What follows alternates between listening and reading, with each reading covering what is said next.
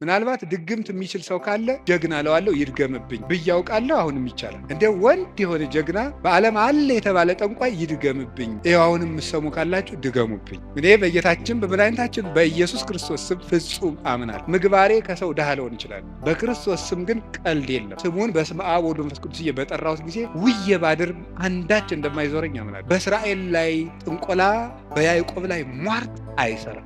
ሰው በጫማ ይደገምበታል በምናምን ይችላል። እኔ ጫማዬን ትቼው ነው የምመጣው፣ ውጭ ትቼው ነው የምገባ። መድገም ይቻላል። አራት ነው። ምንም አልሆነም። እናቱ ድንግል ማርያም ለእኔ መጠጊያዬ ናት። በእናትነቱ ምንም ቢሆን ከእሷ አቅፍ እጠጋለሁ። ሰማይ መጅ ምድር ወፍጮ ሆነው አጣብቀው ቢፈጩኝ አንቺ ከኔ ጋር ከሆንሽ ምን ይሆናል? እመቤቴ ቅድስት ድንግል ማርያም ሆይ ልጅሽ ከወደደኝ ማን ይጠላኛል? ልጅሽ ከወደደኝ ይዘምርልኛል፣ ጨረቃም ያመሰግነኛል፣ ከዋክብት ይዘምሩልኛል። በእኔ ላይ ማንም በጠላትነት መነሳት አይችልም። ፈሪ አትሁኑ። ጠንቋዩን ይሄ ምናምናም ውሸታውን አትስሙት። የእግዚአብሔር ስም የጸና ግንብ ነው። ሰው ስልክ ደውሎ ቢያስፈራራችሁ፣ ሰው በስልክ ቢሰድባችሁ፣ ያመናችሁት ቢከዳችሁ፣ አደጋ ወደ እናንተ እየመጣ እንደሆነ ብትሰሙ ከዳዊት መዝሙር አንድ አውጥታችሁ አንብቡ። በጨነቃችሁ ጊዜ መዝሙረ ዳዊትን በጣም ውደዱት። እኔ ማስተማር ከጀመርኩ ጀምሮ ስለ መዝሙረ ዳዊት ነው የምናገረው። አንዳንድ ጊዜ ሰይጣን ምን ሊለን ይችላል? እንዲሆኜ ረክሼ ቤተክርስቲያን አልሄድም፣ እንዲሆኜ ረክሼ የጸሎት መጽሐፌን አልነካውም፣ እንዲህ ባረኩበት እጄ እንዲበልቆ።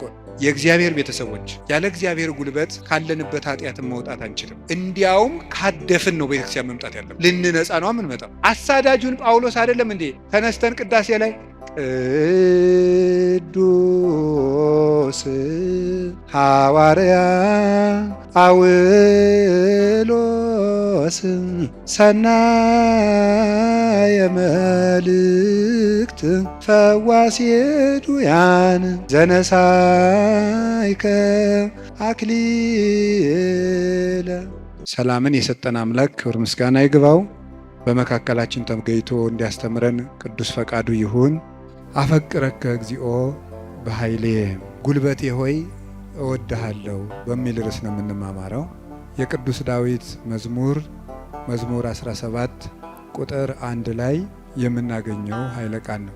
ቅዱስ ዳዊት የተናገረው ኃይለ ቃል ነው። ሁላችሁም እንደምታውቁት ቅዱስ ዳዊት የእግዚአብሔር ፍጹም ወዳጅ ነው። በእንባው የሚታወቅ አባት ነው። ይገርማችኋል፣ በቅድስና ሰው በሚያየው የቅድስና ውበት ዳዊትን የሚበልጡ ብዙ ሰዎች አሉ።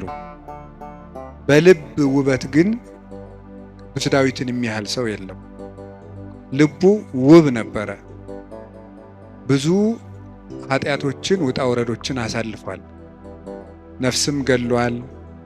የሰው ሚስትም ቀምተዋል። ብዙ ኃጢአቶችን ሰርቷል። ልቡ ግን እግዚአብሔርን የሚፈልግ በእግዚአብሔር ፍቅር የተነደፈ እግዚአብሔር የሚጠማውና የሚርበው ሰው ነበር። ጌታችን ኢየሱስ ክርስቶስ በማቴዎስ ወንጌል ምዕራፍ 5 ላይ ሲናገር ብፁዓን እለ ይርህቡ በእንተ ጽድቅ፣ ስለ ጽድቅ የሚራቡና የሚጠሙ ሰዎች ንዑዳን ክቡራን ናቸው ብሎ ተናግሯል። ስለ ጽድቅ የሚራቡ ንዑዳን ክቡራን ናቸው። ይህንን ብዙ ትርጉም ያለው ሲሆን ጽድቅ የሚርባቸው ሰዎች ንዑዳን ክቡራን ናቸው ብለው ይተረጉሙታል አባቶቻችን። ብዙ ትርጉም አለው ስለ ጽድቅ የሚራቡ የሚለው።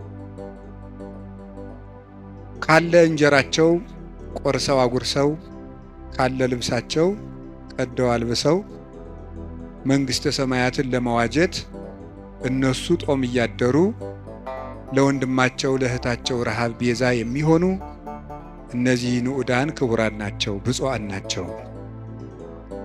ሰውነታቸውን ለመግታት ቀንሰው ከፍለው በመመገብ እየጾሙ የሚራቡ ንዑዳን ክቡራን ናቸው። የእግዚአብሔርን ቃል እማር አስተምር ብለው የሚራቡ የሚጠሙ ንዑዳን ክቡራን ናቸው። ስለ መንግሥተ ሰማያት ብለው የሚራቡ የሚጠሙ ብፁዓን ናቸው። ከኃጢአት ውሃ የሚጠሙም ንዑዳን ክቡራን ናቸው። ከኃጢአት እንጀራ የተራቡም ከዚያ ነፃ የሆነ ሰውነት ያላቸው ንዑዳን ክቡራን ናቸው። የመጨረሻው ግን ጽድቅ ራሱ የሚርባቸው ሰዎች ንዑዳን ክቡራን ናቸው። ጽድቅ የሚርባቸው ሰዎች ንዑዳን ክቡራን ናቸው። አንድ ሰው በደህና ሰንብቶ ምግብ አልበላም የሚል ከሆነ በእርግጥ ሰውየው እንደታመመ በዚያ እንጠረጥራለን። አሞት የሰነበተ ሰው ደግሞ ምግብ አቅምሱኝ ማለት ሲጀምር እየዳነ እንደሆነ በዚህ እንረዳለን። ጽድቅ የሚርበው ሰው ነፍሱ ጤነኛ ናት። እግዚአብሔር የሚርበው፣ ቃለ እግዚአብሔር የሚርበው፣ ማስቀደስ የሚርበው፣ ኪዳን ማድረስ የሚርበው፣ መጸለይ ግዴታ ሆኖበት ሳይሆን ርቦት የሚጸልይ፣ ጠምቶት የሚጸልይ፣ እግዚአብሔርን ፊቱን የማየት ረሃብ ያለበት፣ የእግዚአብሔርን ፊት የማየት ጥማት ያለበት እሱ ብፁዕ ነው ማለቱ ነበር ጌታ። እንዲህ ያለች ነፍስ ካላቸው ቅዱሳን ውስጥ የመጀመሪያውን ቦታ የሚወስደው ቅዱስ ዳዊት ነው። እግዚአብሔር የሚርበው ሰው ነበር። እንዲህ ብሎ እንደተናገረ ሐሰስኩ ገጸከ ገጸ ዚአከ አሐሰስ እግዚኦ ኢትሚት ገጸከ ምኔ። አቤቱ ፊትህን እሻለሁ፣ አቤቱ ፊትህን ከኔ አትመልስ። አቤቱ ፊትህን እፈልጋለሁ፣ ከባሪያህም ተቆጥተህ አትራቅ። ኃጢአቴ ክፉ ቢሆንም እንኳን በኃጢአቴ ተቆጥተህ አትራቀኝ፣ ፈጣሪ ቸል አትበለኝ እያለ የእግዚአብሔር ፊት ይርበው ነበር። ወከመ ያፈቅር ኃየል ሀበ አንቅዕተ ማያት ከማሁ ታፈቅር ነፍሴ ሀበ እግዚአብሔር አምላኬ። ዋልያ ወደ ውሃ እንደሚናፍቅ ሰውነቴ እግዚአብሔርን ተጠማች። ሲሳዬ ኮነኒ አንብዕየ የፈጣሪን ፊት ያለው ብዬ የማለቅሰው እንባዬም ምግብ ሆነኝ። ወተሐውከት እማት ዓይኔ ይላል በሌላው፣ ዓይኖቼ ያንተን ፍርድ ከመፍራትና ፍቅርህን ከመፈለግ የተነሳ እንደ ተቆጡት ልጅ ብክን ብክን አሉ። ወአራስኩ ምስካቤ ወበአንባዬ አራስኩ ምስካቤ፣ በእንባዬም አልጋዬን ምንጣፌን አርሰዋለሁ ያለ ይናገራል። በሌላኛው የመዝሙር ክፍሉ ደግሞ አምላኬ አምላኬ እገይስ ሀቤከ፣ ፈጣሪ ሁልጊዜ በእግረ ልቡና ወደ አንተ ገሰግሳለሁ። ጸማት ነፍሴ ለከ፣ ሰውነቴ አንተን ተጠማች። ማይዜ እበጽሕ ወእሬይ ገጾ ለአምላኬ፣ ደርሼ የፈጣሪን ፊት የማየው መቼ ነው ይላል። እስከ ማይዜኑ እግዚኦ ተረሳአኒ ለግሙራ፣ አቤቱ ፈጣሪ እስከ መቼ ትዘነጋኛለህ? ደክማ አዕይንቴ እንዘ ይብላ ማይዜ ትመጽእ ሀቤ፣ ዓይኖቼ መቼ ወደ እኔ ትመጣለህ እያሉ አንተን በመጠባበቅ ፈዘዙ፣ ደከሙ። ማይዜ ትመጽእ ሀቤ፣ ወደ እኔ የምትመጣ መቼ ነው? ወአሐውር በየዋህተ ልቤ ማእከለ ቤቴ፣ አንተን በመጠበቅ በልቡና ቅንነት ጸንቼ እጠብቅሃለሁ። እግዚአብሔር እድል ፈንታዬ ጽዋ ተርታዬ ነው። ያለ እግዚአብሔር ምግቡ፣ እግዚአብሔር ልብሱ፣ እግዚአብሔር መጠጡ ነበር። ፈጣሪ ወበምስካቤኒ እዜከረከ፣ ሳንቀላፋም አንተን እያሰብኩ አንቀላፋለሁ፣ በመኝታዬም አስብሃለሁ። ፈጣሪ አንተ ብከ ተገደፍኩ እማሕፀን፣ በእናቴ ማኅፀን በአንተ አምኜ ተጣልኩኝ። አንተ አምላኬ እምከርሰ አምላኬ፣ ፈጣሪ በእናቴ ማኅፀን ሳለሁ አንተ አምላኬ ነህ። እናቴ የበላችው ተጭኖ የጠጣችው አንዝዞ እንዳይገለኝ የጠበቅከኝ፣ ከእናቴ ማኅፀን ጀምሮ አባቴና እናቴ የእውነተኛ ረዳቴ መጠጊያዬ አንተ እግዚአብሔር ነህ። እግዚአብሔር ብርሃኔና መድኃኒቴ ነው። እግዚአብሔር ያበርሊተ፣ እግዚአብሔር ብርሃኔ መድኃኒቴ ነው። ምን ያስፈራኛል? እግዚአብሔር ምእመና ለሕይወቴ ወምንትኑ ያደነግጸኒ። እግዚአብሔር የሕይወቴ መታመኛዋ ነው። ምን ያስደነግጠኛል? እመኒ ሮዱን ይጸባይት ወመኒ ጸባአኒ ተአይን እየፈራሃኒ ልቤ።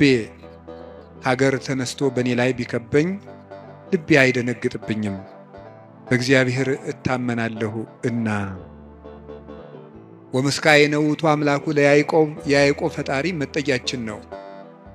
ወበይንተ ዘይንፈርህ ለማድለቅለቀት ምድር ወለመኒ ፈለሶ አድባር ውስተ ልበ ባሕር። ስለዚህ ተራሮች እየተነሱ ወደ ባህር ልብ ቢወረወሩ እግዚአብሔር መጠጊያችን ነውና አንፈራም ያለ እግዚአብሔርን የቀመሰ ሰው ነበር ቅዱስ ዳዊት። ጣዕሙን ቅረቡ ሀቤሁ ያበርለክሙ፣ ወደ እሱ ቅረቡ ብርሃነ ረድኤቱን ያበራላችኋል። ጣዕሙ ታይምሩ ከመሄር እግዚአብሔር ፍጹም ቸር እንደሆነ እመሱ። እግዚአብሔርን ከመውደዱ የተነሳ ቅዱስ ዳዊት አሐተ ሰአልክዎ ለእግዚአብሔር፣ እግዚአብሔርን አንዲት ነገር ለመልኩት ወኪሐስስ፣ እሷንም እሻለሁ። እግዚአብሔርን ደስ የሚያሰኘውን ነገር አውቅ ዘንድ በቤተ መቅደሱም አገለግለው ዘንድ። ቅዱስ ዳዊት እግዚአብሔርን ከመውደዱ የተነሳ ለእግዚአብሔር ልጅ ብቻ ሳይሆን ጉድፍ ሆኖ መጣልን ሳይቀር ይወድ ነበር። ጥቀ ፍቁር አብያቲከ እግዚኦ እግዚእ ኃያላን ተፈሳሐት ነፍሴ በአፍቅሮ አይጻዳቲከ። የኃያላን መላእክት ፈጣሪ እግዚአብሔር ሆይ ማደሪያዎችህ ቤተ መቅደሶችህ እንደምን የተወደዱ ናቸው። ሰውነቴ ቤተ መቅደስን በመውደድ ደስ አላት። አብደርኩ እትገደፍ ውስተ ቤተ እግዚአብሔር ምንበር ውስተ ቤተ ኃጥአን። በኃጥአን ድንኳን ቤት አዳራሽ ተመችቶኝ ከሚኖር በእግዚአብሔር ቤት ብጣል እንኳ ደስ ይለኛል ይላል ቅዱስ ዳዊት። እግዚአብሔርን አመስግኖ የማያልቅበት ነው። በተስፋ ባሕቲትከ አኅደርከኒ፣ በአንተ አለኝታ አንተ ብቻ ባለኝታ አሳደርከኝ። በአንተ አምኜ እሰክም ወነውም፣ ዓይኖቼንም በአንተ አምኜ ከድናቸዋለሁ። ስነሳም አንተን አምኜ እነሳለሁ እያለ ልቡን በእግዚአብሔር የጣለ እግዚአብሔርን የሚወድ ሰው፣ የእግዚአብሔር ልብ የፈሰሰለት ሰው ነበረ። እንደ አባት ሲቆጣው ብክን ብሎ የሚደነግጥ፣ በፍቅሩ የተነደፈ ርኅሩህ፣ ጠላቶቹንም ስለ እግዚአብሔር ብሎ የሚወድ የጌታችን የኢየሱስ ክርስቶስ ወንጌል ምልክት የነበረ አባት ነው ቅዱስ ዳዊት። ለዚህ ነው የዳዊት መዝሙር በተዘመረበት አጋንንት የሚደነግጡት፣ ልብ ሰላም የሚያገኘው። ስለዚህ የተወደዳችሁ ምዕመናን በጨነቃችሁ ጊዜ መዝሙረ ዳዊትን በጣም ውደዱት። እኔ ማስተማር ከጀመርኩ ጀምሮ ስለ መዝሙረ ዳዊት ነው የምናገረው። ልክ እናንተ እንደምትጨነቁት እኛም እኮ ይጨንቀናል። እኛም የምንጨነቅበት ጊዜ አለ። እናንተ ኃጢአት እንደምትሰሩ እኛም እንሰራለን። በተጨነቅን ጊዜ ግን የምናርፈው ከዳዊት መዝሙር አንዱን በመዘመር ነው። እንዲያውም እናንተ ጥሩዎች ናችሁ፣ እድለኞች ናችሁ። እናንተ ቢጨንቃችሁ ወደ አንድ ቄስ ሄዳችሁ ትናዘዛላችሁ። ቄስ ሲጨንቀው ግን ወደ ማን ይሄዳል? ጳጳሱ ቢጨንቃቸው ከፓትርያርኩ ይሄዳሉ። ፓትርያርኩ ቢጨንቃቸው የት ይሄዳሉ? በወንበር መቀመጥ ዕዳ ነው። አባት መሆን ሌላውን አጽናንቶ ራስ መጽናኛ ደግሞ ይቸግራል። የዚያን ጊዜ መጽናኛ የቅዱስ ዳዊት መዝሙር ነው እና ያልሆነ ሰው ስልክ ቢደውልላችሁ ማለት ሰው ስልክ ደውሎ ቢያስፈራራችሁ፣ ሰው በስልክ ቢሰድባችሁ፣ ያመናችሁት ቢከዳችሁ፣ አደጋ ወደ እናንተ እየመጣ እንደሆነ ብትሰሙ ከዳዊት መዝሙር አንድ አውጥታችሁ አንብቡ። እዚህ የመጣችሁት ለሕክምና ነው እንጂ እንደ አርዮስፋጎስ አደባባይ አሪዮስፋጎስ አደባባይ የሚባል አለ ግሪክ ውስጥ። ዛሬ ምን አዲስ ፍልስፍና ይነገር ይሆን ተብሎ ህዝቡ ሁሉ አዲስ ወሬ ለማዳመጥ የሚሄድበት ነው። ስለዚህ መምህር ገሌ ምን ይሰብክ ይሆን ብላችሁ መቼስ አልመጣችሁም። ከብዙ ስራችሁ ከጠበበ ሰዓታችሁ ምናልባትም አንዳንዶቻችሁ ለመኖር ከተቸገራችሁበት ሳንቲማችሁ በታክሲ አውጥታችሁ ነው የምትመጡት። የኔን እረዳለሁ። እኔ አንዳንድ ጊዜ የገጠር ሰው ያሳዝነኛል፣ አንዳንድ ጊዜ የከተማ ሰው ያሳዝነኛል። የገጠር ሰው የሚያሳዝነኝ በሚያሳዝንበት ነው፣ ለእነሱ ነግራቸዋለሁ። የከተማ ሰው አንዳንድ ጊዜ የሚያሳዝነኝ ደግሞ በተለይ ታክሲ የሚሰለፍ ሰው ያሳዝነኛል። እውነቴን አይደለም ነግራቸው፣ አልዋሽም። ሰው ሲሰራ ውሎ በቤቱ ለመግባት ደግሞ ታክሲ ተሰልፎ ብር ይዞም ለካ ደግሞ መሄድ ያቅታል። ወረፋው ደግሞ 1 ሰዓት 2 ሰዓት ደግሞ ይፈጃል። እንደገና ሄዶ ምን ብሎ ታክሲውም ተወዷል አሉ። ከዛችሁ ግን ይሄ በታምር ነው ሰው የሚኖረው፣ በታምር ነው። ካልሰረቃችሁ በቀር በታምር ነው እየኖራችሁ ያላችሁ፣ አንዳንዱን ማለት ነው።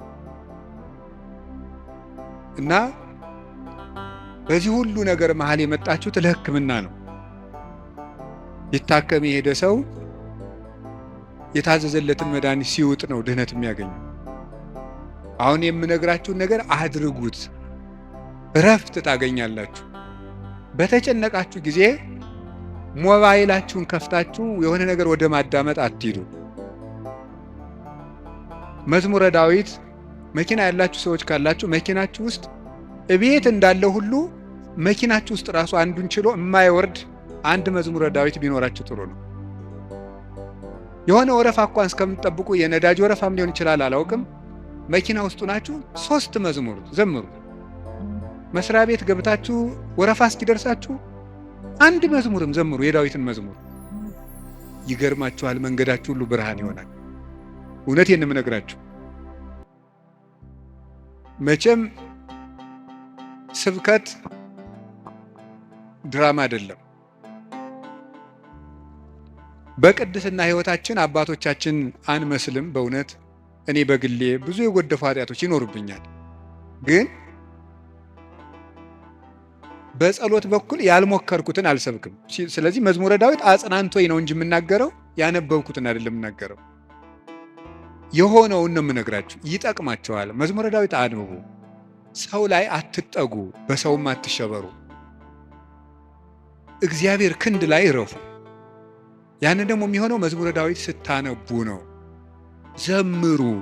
የዳዊት ሲጨንቃችሁም መዝሙረ ዳዊት አንብቡ፣ ደስ ሲላችሁም አንብቡ። እግዚአብሔር ደስ ሲለን እሱን ማስታወሳችንን ይፈትነናል። ሲከፋን አኩርፈን አለመውጣታችንን ይፈትነናል። ስለዚህ ሲከፋን ምንዘምር እሱ እግር እንገኝ። ምንድነው? ሴት በሚያስጨንቅ ስቃይ ትወልዳለች፣ ወልዳ ስትጨርስ ከባሏ እግር ትገኛለች ይላል። ኦሪት ዘፍጥረት ያለው አይደለም? በምጥ ወልደሽ በስቃይ ወልደሽ ፈቃድሽ ወደ ባልሽ ይሁን ያለ። በስቃይ ትወልዳለች፣ ወልዳ ስትጨርቅ ከባሏ ጋር ትውላለች። ይሄ ማለት አንዲት ነፍስ በመከራ ተጨንቃም ከሙሽራዋ ክርስቶስ እግር ነው መገኘት ያለበት። ትርጉሙ ይሄ ነው፣ መንፈሳዊ ትርጉሙ። የቅዱስ ዳዊት መዝሙር ደግሜ ነው የምነግራችሁ። አሁን ምናልባት እዚህ ቤተ ክርስቲያን ውስጥ ተመልሼ ብመጣና ባስተምር ሌላ ቀንም ስለ መዝሙረ ዳዊት ልናገር ይችላል። ቅዱስ ዮሐንስ አፈወርቅ ምን ይላል? ስብከት እንዳሻሽል ከፈለጋችሁ እናንተ ያለባችሁን ችግር አሻሽሉ ብሏል። እናንተ በተመሳሳይ ሁኔታ እየኖራችሁ ተመሳሳይ ርዕስ አትስበከን አትበሉኝ። ስለዚህ የእናንተ ሕይወት መጀመሪያ የነገርኳችሁን ችግር ከለቀቀ አሁን ደግሞ አዲስ ስብከት ይዤ እመጣለሁ ይላል። ስለዚህ በዚህ ዘመን ሩቅ ነገር ምንድን ነው ቢባል ተስፋ ነው። ተቆጥቼ መስበክን ያውን እየተውኩ መጥቻለሁ። ኑሮው ተቆጥቶት፣ ይሄ ሰው ጦርነት ተቆጥቶት ምን እናርገው ብዬ ዝም ብዬ ተስፋ ነው የምነግራችሁ። እና ለተስፋ ደግሞ የቅዱስ ዳዊት መዝሙር ፍጹም መሰላል ነው። ምዕመናን ፈትኑና ውቀሱኝ። ማታ ማታ አንድ መዝሙረ ዳዊት ድገሙ። ከመተኛታችሁ በፊት እንደው 1 ሰዓት 2 ሰዓት 3 ሰዓት በቃ ከስልካችሁ ፍሪ መሆን አለባችሁ። መዝሙረ ዳዊት አንብቡ። እግዚአብሔር ከእናንተ ጋር ይሆናል። ቅዱስ መቃርስ ምን ይል ነበር? ጌታዬና አምላኬ መጠጊያዬ ኢየሱስ ክርስቶስ ሆይ ይህንን ሌሊት የማድርበት ጉልበት የለኝም። ሌሊቱን እንዴት እንደማድር አንተ ታውቃለህ። አንተ ከኔ ጋር ሁን፣ በፈቃድህ አሳድረኝ ብሎ ይጸልይ ነበር። ስለዚህ የቅዱስ ዳዊትን መዝሙር ጸለያችሁ አንብባችሁ ተኙ። ማለዳችሁን እግዚአብሔር ማታውን የቀደሰ ሰው ማለዳውን ይቀድሳል። ማታችንን ካበላሸ ነው ማለዳችንም ይበላሻል። ማለዳችን ከተበላሸም ማታችን ይበላሻል። ማለዳም በመዝሙረ ዳዊት እንጀምር ሲሆን አንዳንድ መዝሙራትን በቃላችሁ አጥኑ። ስንት ነገር ተሸመድዶ የለ እንዴ?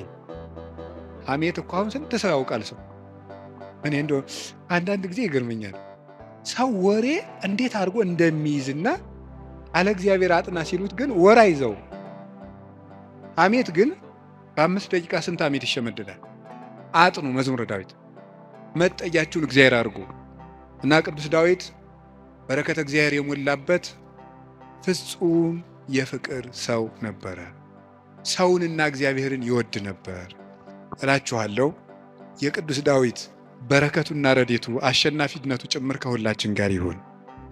ቅዱስ ዳዊት ጠላቶቹ ሁሉ ተሸንፈውለት እረፍት ካገኘ በኋላ የዘመረው መዝሙር ነው ይባላል። መዝሙር 17 ጠላቶቹ ሁሉ አርፈውለት የዘመረው መዝሙር ነው ይላል። በእኛም ላይ የሚነሳብንን ነገር ሁሉ እግዚአብሔር ያሳርፍልን፣ እረፍት ይስጠን መድኃኔዓለም። ስለዚህ ምን አለ? አቤቱ ጉልበቴ ሆይ ተናገሩ እንጂ በሉ ሁላችሁ። እኔን መሰላችሁ እንዴ? እግዚአብሔርን እኮ ነው በሉ። እሺ አቤቱ ጉልበቴ ሆይ በሉ። እሺ ማን ነው እንደዛ የሚለው? እግዚአብሔርን። በጣም የሚያስደንቅ ነገር ነው። እኔ እንግዲህ 3-4 ነጥቦችን ልንገራችሁ። እግዚአብሔር ለምንድን ነው ጉልበት የሚባለው የሚለውን ለምነግራችሁ። አፈቅረክ እግዚኦ በኃይሌ፣ ኃይልን ስላደረክልኝ አመሰግንሃለሁ ነው የሚለው። ኃይልን ስላደረክልኝ አመሰግንሃለሁ። ግዕዙ እንደዛ ብሎ ይፈታዋል። አንድም ስላደረክልኝ ኃይል አመሰግንሃለሁ፣ አንድም ኃይልን የምታደርግልኝ ነህና አመሰግንሃለሁ። ያለፈውንም የሚመጣውን እስካሁን ኃይልን ስላደረክልኝ አመሰግንሃለሁ፣ ነገም ኃይልን ስለምታደርግልኝ ቀድሜ አመሰግንሃለሁ። ሲናገር እግዚአብሔር ኃይልዬ ወፀወኔ ወመዳኔ፣ እግዚአብሔር ኃይሌ፣ እግዚአብሔር መጠጊያዬ፣ እግዚአብሔር መድኃኒቴ ነው ይላል። እግዚአብሔር ኃይሌ ነው፣ እግዚአብሔር መጠጊያዬ አምባዬ ነው፣ እግዚአብሔር መድኃኒቴ ነው። ሊቃውንት ሲፈቱት እግዚአብሔር ብዋጋ ማሸነፊያዬ ጋሻዬ፣ ብሸሽ መጠጊያዬ ነው ይላል። ሰልፍ በመጣ ጊዜ ድል የምነሳበት እሱ ነው፣ በሸሸው ጊዜ የማመልጥበት መጠጊያ እሱ ነው፣ የሚያድነኝም እሱ ነው የሚለውን ሊቃውንት ሲተረጉሙት የማያድን አምባ አለና ይላሉ። የማያድን አምባ አለና እግዚአብሔር ግን የሚያድን አምባ ነው ይላል። ብዙ ሰዎች የተጠጉበት አምባ ሁሉ አላዳናቸውም። አይታችሁ እንደሆነ ማለት ነው። እየሰማችሁ ነው? አዎ፣ የተጠጉበት አምባ ሁሉ አላዳናቸውም። እንዲያው ብዙ ሰዎችን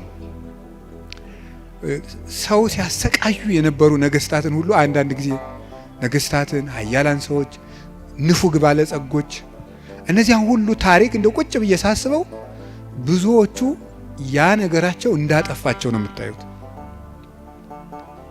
ጉድጓድ ውስጥ ከተማ ሰርተው የሚኖሩትን ሁሉ መርምሮ አውጥቶ አንጠልጥሎ የሚገል ጥሎባቸዋል። ሁሉንም ማለት ነው። የማያድን አምባ አለና 100 ኪሎ ሜትር የምድር ውስጥ ከተማ ቢሰራ አንድ ሰው አይድንም። እግዚአብሔር ፊት ከሆነ ግን መሃል ላይ እዚህ መሃል ከተማ ላይ ምንም አይሆንም። በህዝብ መሃል ተሰውሮ ምንም አይሆንም። ዛሬ አቡነ ገብረ መንፈስ ቅዱስ ናቸው እንደምታውቁት። አቡነ ገብረ መንፈስ ቅዱስን አንዱ መነኩሴ ሂድና ጾም እንዲህ ያለ ቤተክርስቲያን ቅዳሴ ቀድሰን አሉት። አይ እንዴት አድርጎ ይሆናል? መነኩሴው በአብይ ጾም ከተማ ለከተማ እየዞረ ይሉኛል አሉ። ምእመናን ከባዶች ናቸው እኮ ለማማት አይደለም። እኔ ግን ምእመናን አንድ ነገር መናገር እፈልጋለሁ። እሱ ምንድን ነው? እኔ አሁን እግዚአብሔር ጸሎታችን አልሰማን ያለ የሚመስለን በካህናት ላይ ያላችሁ እምነት እየቀነሰ ስለመጣ ነው። እውነት ነው፣ እኛ ኃጢአት እንሰራለን። ግን ኃጢአታችን ለራሳችን ትታችሁት እናንተ በእግዚአብሔር ብታምኑ ትጠቀሙ ነበር። ግን ነውር ለቃሚ ሆናችኋል። ከዚያ የተነሳ አትጠቀሙ። እኔ አሁን ሰሞኑን አይቻለሁ። የሄድኩበት ሀገር ገብቶ ይቀድሳል፣ ቀድሶ ሲወጣ ሲጋራ እያጨሰ ነው የሚሄድ ቄሱ። አሁን የኢትዮጵያ ካህናት ይሄን ብታዩ አትሰቅሉንም? መሀል ከተማ ላይ ጳጳስ ሲያጨስ ነው አይቻለሁ። ጳጳስ እያጨሰ ምን ትላላችሁ እስቲ? አሁን ጳጳሱ ሲጋራ እያጨሰ ቡል። እኔ ጳጳሳት ያጭሱ የሚለዋጭ አልናገሩም፣ እነሱም አይሰሙኝም ብል ራሱ እሱም አይሰሙም። የኛ ጳጳሳት እኔ አያደርጉም አይሰሙም ነው። ግን ማለት የፈለኩት ሲጋራውን ቡል እያደረገ መተው እጁን ሳም አድርገው ይሄዳሉ ምእመናን። እኔ ባይኔ እኮ ነው ያየሁት። ትናንት ራሱ አይቻለሁ። ዛሬ ጠዋት ነው የገባሁት። እነሱ እንደዛ ነው የሚያደርጉት። እግዚአብሔር ጋር እንጂ ሰው ነውር ላይ አይደለም የሚንጠለጠሉት። ጉልበታችን መምጣት ያለበት ወደ እግዚአብሔር ነው። እንድንጠቀም መጠጊያ ማድረግ ያለብን እግዚአብሔርን ነው። የዘመን ጉዳይ እንጂ ማንም ሰው ከእግዚአብሔር ተለይቶ የተጠጋበት አምባ ሁሉ አይረባውም፣ አይጠቅመውም። ከእግዚአብሔር የተጠጋ ግን ይኸው ኤልዛቤልን ታውቋታላችሁ አይደለም? ናቡቴን እንደዚህ አድርጋ አስገድላ፣ እሷ ግን በግንብ የተሰራ ምርጥ ቤት በዘመኑ ድንጋይ ተወርሮ የማይፈነቅለው ቤት በሙሉ ሰርታ፣ ሰረገላ የማይገባበት ቤት ፈርሳ፣ በጦር የማይወጋ ቤት ሰርታ፣ ይገርማችኋል፣ ገለው አውጥተው በመስኮት ነው እንደውም ጎትተው የጣሏት። ደሟንም ውሻ ነው የላሰው። መጽሐፍ ቅዱስ ይናገራል። ይሄ የሚያድን አምባ እግዚአብሔር ነው። የሀብት አምባም አያድንም፣ የዘመድ አምባም አያድንም፣ የጦር የሰረገላ አምባም አያድንም። አንድ ሰው ብዙ ቀን ክፉ ነገር አልደረሰበትም ማለት መጨረሻው ያምራል ማለት አይደለም። ጽዋው ሞልቶ እስኪፈስ እግዚአብሔር ሊታገስ ይችላል። ትዕግስቱን የፈጸመለትና ሰው በቸርነቱ መጠቀም ያቃተውለት ግን የፍርዱን ጽዋ ይቀዳዋል። የሚያድን አምባ እግዚአብሔር አምባዬ ነው፣ ተጠግቼ የማልፍበት የሚያድን አምባዬ እግዚአብሔር። ዘመድም ስልጣንም ወገንም የጓደኛ ብዛትም መሳሪያም አያድንም፣ የሚያድነው እግዚአብሔር። በዚህ ነው ኃይሌ ወፀወኔ ብሎ ወመድኃኔ የጨመረበት። የሚያድን አምባዬ አምላኬ ረዳኤ ወቱ የከልቦቱ፣ ፈጣሪ እውነተኛ ረዳቴ ነውና እታመንበታለሁ። እውነተኛ ረዳቴ ነው ብሏል። እውነተኛ ረዳቴ ነው ሲል እውነተኛ ረዳት ማለት ምን ማለት ነው? እውነተኛ ረዳት ለምሳሌ አሁን ሰው እንጀራ አብልቶ እያበላ ብር ሰጥቶ ብር የሰጠውን ሰውዬ ቪዲዮ ይቀርጻል። ልብስ አልብሶ ቪዲዮ ይቀርጻል። አሁን ደግሞ በእነዚያ ሰዎች ላይም አትፍረዱ። እንደዚህ ስላችሁ አንድ ሰውዬ ነበር ቅዱስ ዮሐንስ አፈወርቅን ሄዶ እንዲህ ያለው፣ መምህር ሆይ ምጽዋት መመጽወት እወዳለሁ፣ ስመመጸውት ደግሞ ስመሰገን ደስ ይለኛል። ስለዚህ ውዳሴ ከንቱ ካለበት ጽድቁ አይጠቅመኝም ማለት ነው። ምጽዋቱን ልተወው ትላለህ ወይስ እንዴት ታላድርግ አለው።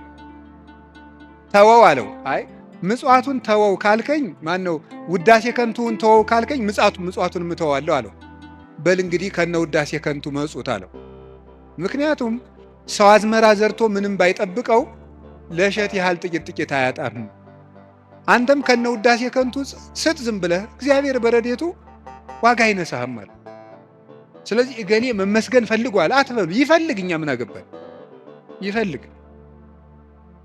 ማለት የፈለግኩት ግን እውነተኛ ረዳት የተባለው በመርዳቱ የማይመካ እግዚአብሔር ነው። በመርዳቱ አይመካም። ገብቷችኋል አይደል? አንዳንድ ሰው ሱሪ ገዝቶ አቀማመጣችሁን ሁሉ ኦዲት ማድረግ ይጀምራል። ሱሪ ከገዛላችሁ አንተ ጭቃ ላይ ለምን ትቀመጥ የሚል ሱሪቱን እያየ ነው እሱ ስለገዛ ሊል ይችላል ነው። እኔ ያላየው እንደዛ የሚያደርግ ሰው አይቻል አውቅ እንደሱ ነው የምታደርገው የሚል ማለት ነው። በይፋ መከራ የሚያያለ እውነት የሚመጻደቅ ኧረ እንረጋጋ። በማን ላይ ነው ለዚህ የበቃል?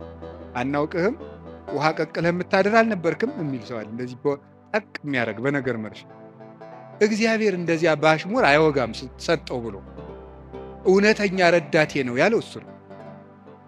እግዚአብሔር ሳይሰለች ይረዳል። ሳይሰለች ይረዳል። ሁልጊዜ ነው የሚረዳው። እግዚአብሔር ምንድነው የምትሉት? አንኮንዲሽናል ላቭ ነው የምትሉት መሰለኝ አሉ። የእግዚአብሔር ፍቅር ሁኔታ የለውም ማለት ምን ማለት ነው? ጥሩ ሰው በሆንኩ ቀን የረዳኝ እግዚአብሔር በረከስኩ ቀን አይተወኝም። ስለዚህ እግዚአብሔር እውነተኛ ረዳት ነው። ሰው ግን ቀን የጣለለታ ጥሎ ይሄዳል። እግዚአብሔር እውነተኛ ረዳት ነው። ሁሉ ነገር ሲያልቅ ብቻችን ስንቀር አብረውን የሚቆም እሱ ነው።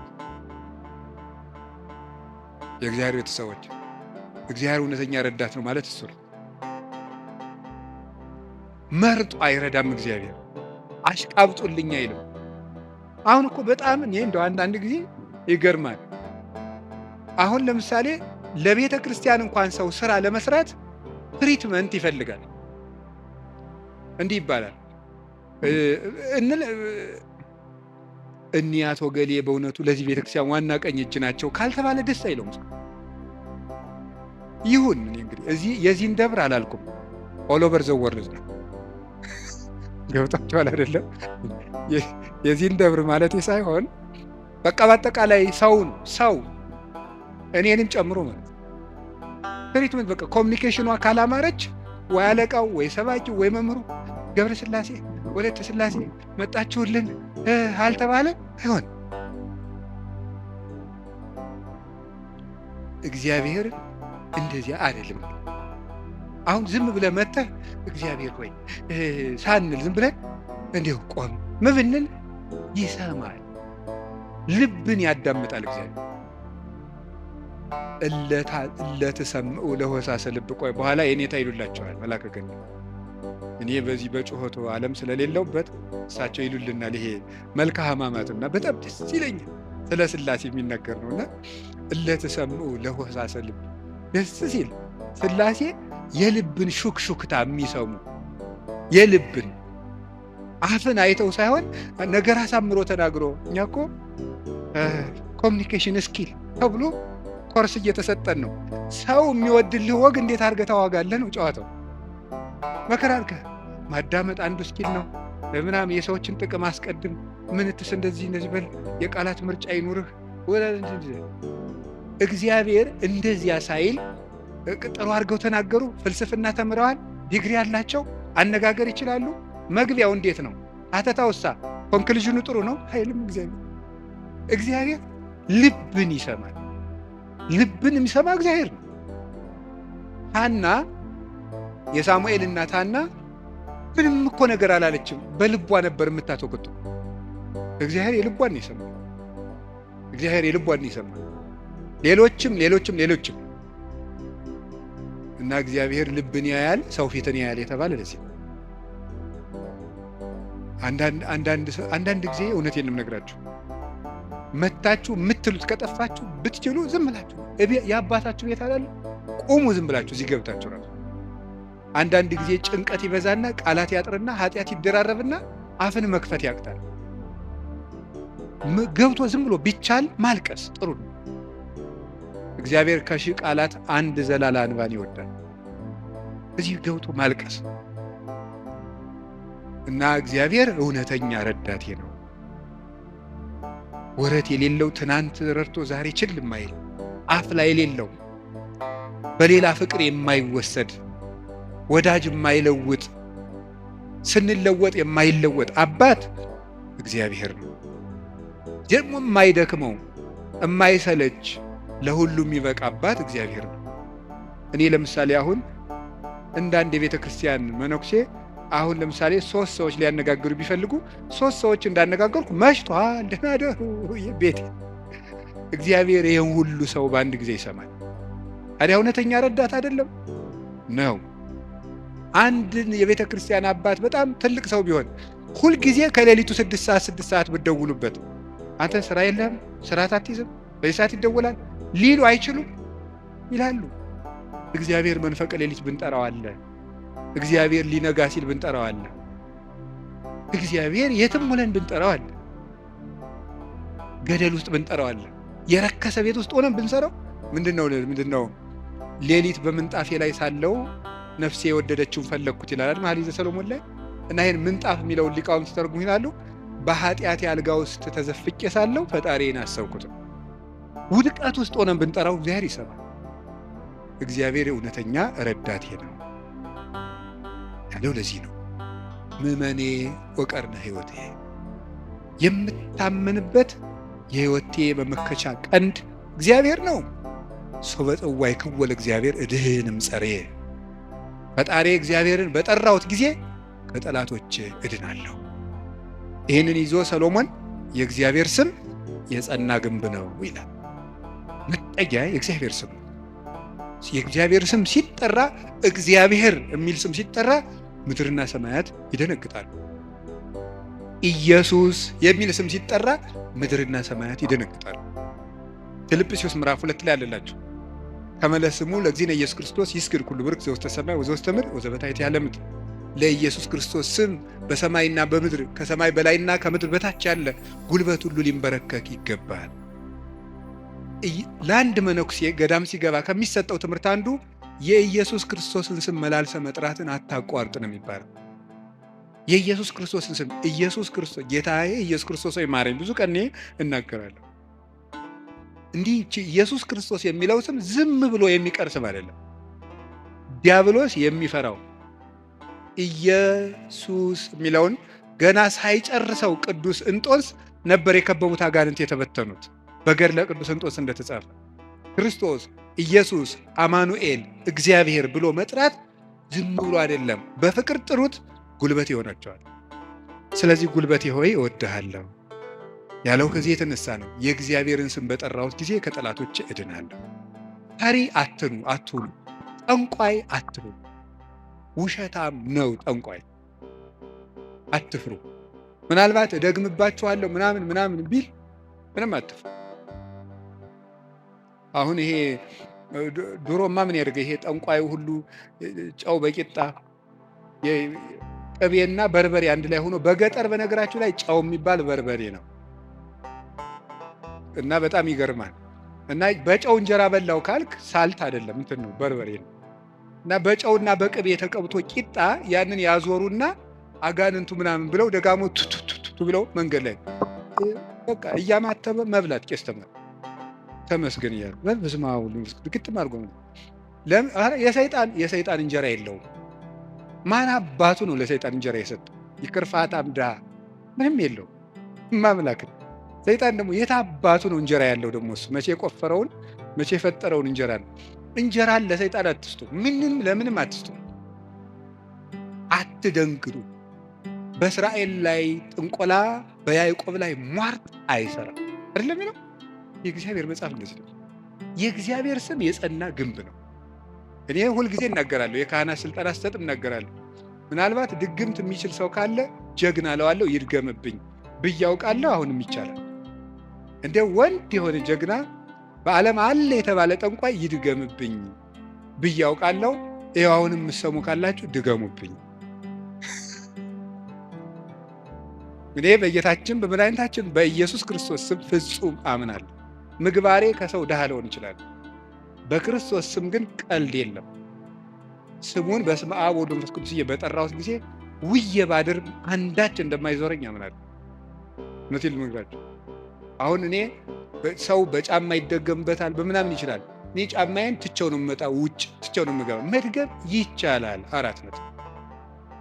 ምንም አልሆነም። እናቱ ድንግል ማርያም ለእኔ መጠጊያዬ ናት። በእናትነቱ ምንም ቢሆን ከእሷ አቅፍ እጠጋለሁ። እንደዛ ከሆነ ደግሞ ምንም ሊሆን አልችልም። ስለዚህ አባ ጊዮርጊስ የተናገረው ሁልጊዜ የምወደው ቃል አለ። ለመኮነ ሰማይ መድሄ ወምድርኒ ማይረጸ እመተጣበቁ ለሐሪጾቴ ምንተ እንከ ይረስዩኒ ለማ አንቲ ምስሌ። ሰማይ መጅ ምድር ወፍጮ ሆነው አጣብቀው ቢፈጩኝ አንቺ ከኔ ጋር ከሆንሽ ምን እሆናለሁ? ኦግዝቴ ቅድስት ድንግል ማርያም ዘበብራይስጢ ማርያም፣ በብራይስጢ ማርያም የምትባይ እመቤቴ ቅድስት ድንግል ማርያም ሆይ ለመወልድኪ አፍቀረኒ መኑ ይጸልአኒ። ልጅሽ ከወደደኝ ማን ይጠላኛል? ፀሐይ ይሴብሐኒ ወወርኅ ይባርከኒ ወከዋክብት ይቀድሱኒ። ልጅሽ ከወደደኝ ፀሐይ ይዘምርልኛል፣ ጨረቃም ያመሰግነኛል፣ ከዋክብት ይዘምሩልኛል። በእኔ ላይ ማንም በጠላትነት መነሳት አይችልም ይላል አባ ጊዮርጊስ። ልጅሽ ከጠላኝ ግን ማን ይወደኛል ብሏል። ሰውን ልላችሁ የፈለግኩት ፈሪ አትሁኑ። ጠንቋዩን ይሄ ምናምናም ውሸታውን እንደዚህ የሚለውን አትስሙት። በደግም ባለው ማንም ድሪቶ የፈለገውን ቢያይ ፈሪ አትሁኑ። በሙሉ ልቤ የማምነውን ኢየሱስ ክርስቶስን እንዲህ ይናገራለሁ፣ እውነቴንም ነው። ስለዚህ እግዚአብሔር የምዋጋበት የደህንነት ቀንድ በሬ በቀንዱ እንደሚጠበቀው እኔ በእግዚአብሔር ተጠብቄ እኖራለሁ ይላል ቅዱስ ዳዊት። እግዚአብሔር ሁላችንንም ይጠብቀን፣ ከሌሊት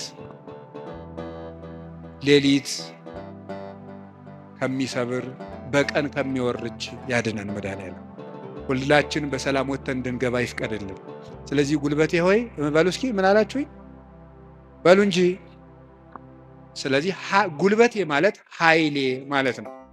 አሁን ትንሽ ነገር ስለዚህ ተናግሬ ትምህርቴን ለመቋጨት ልሞክር። ኃይል፣ በዚህ ዓለም ላይ ኃይል የሚባሉ ብዙ ነገሮች አሉ። የኤሌክትሪክ ኃይል አለ፣ የፊዚክስ ኃይል አለ፣ ሌላም ብዙ ኃይል አለ። እነዚያን ኃይሎች እዛው ትቻቸው፣ ግን በዚህ ደግሞ በማህበራዊ ኃይል በሚባለው ደግሞ ጥሩ ኃይሎች አሉ።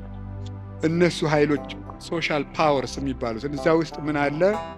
ለምሳሌ የመጀመሪያው እና አንዱ ኃይል የሚባለው የሞራል ፓወር የሚባላል።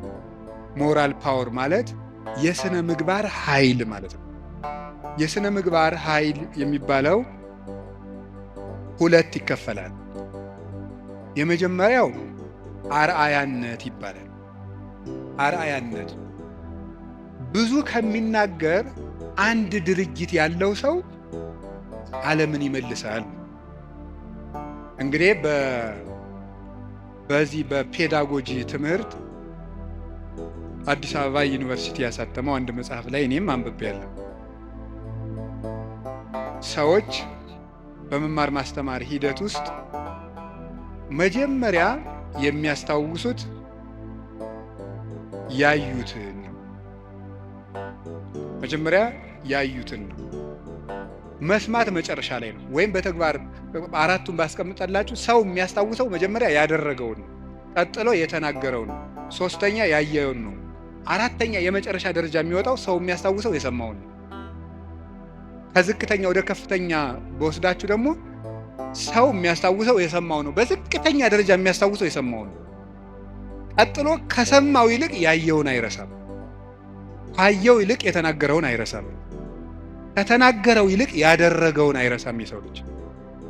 ስለዚህ ሰውን ብዙ ከምትነግረው አሳየውን። አርአያነት ገዢ ነው እና በዓለም ላይ ትልቅ ተጽዕኖ አሳዳሪ ኃያላን ሰዎች የሚባሉት የሚያደርጉ ሰዎች ናቸው። በአርአያነት የሚያደርጉ የሚያስገድዱ ሰዎች ለጥቂት ቀን ሰው ፈርቶ ያገለግላቸዋል። አርአያ የሚሆኑ ሰዎች ግን የሰውን ልብ ሳይዋጉ ይገዛሉ ይባላል። አርአያ የሚሆኑ ሰዎች ዓለሙ ሁሉ ለምሳሌ አንድ ነገር እንገራችሁ። ቅዱስ እንጦንስን ታውቁታላችሁ አይደል? ቅዱስ እንጦንስ ግብጽ ሲገባ አንድ መነኩሴ ነው። አሁን በኢትዮጵያ ብቻ ስንት 2000-3000 ገዳማት አይኖር? ኢትዮጵያ ብቻ ለምሳሌ እኔ የምኖርበት ገዳም ብቻ 300 መነኩሴ አለ። ስለዚህ ምን ማለት ነው ተመልከታችሁ። አንድ እንጦንስ አልተዋጋም፣ የፈላስፎች የንግግር ጥበብ የለውም፣ ስብከት አልሰበከም። በኑሮው ግን የግሪክ ፈላስፎችን ሁሉ ወደ በረሃ እየጠራ መነኩሴ ያደረጋቸው። የአርአያነት ኃይል ከንግግር ኃይልም ከጦርነት ኃይልም ይበልጣል ይባላል። በዛውም እንግዲህ ቢሮ የምትሰሩ ሰዎች ካላችሁ ሰውን ከምትቀጡት ይልቅ አርአያ ብትሆኑት ሰው ሁሉ ይገዛላችኋል።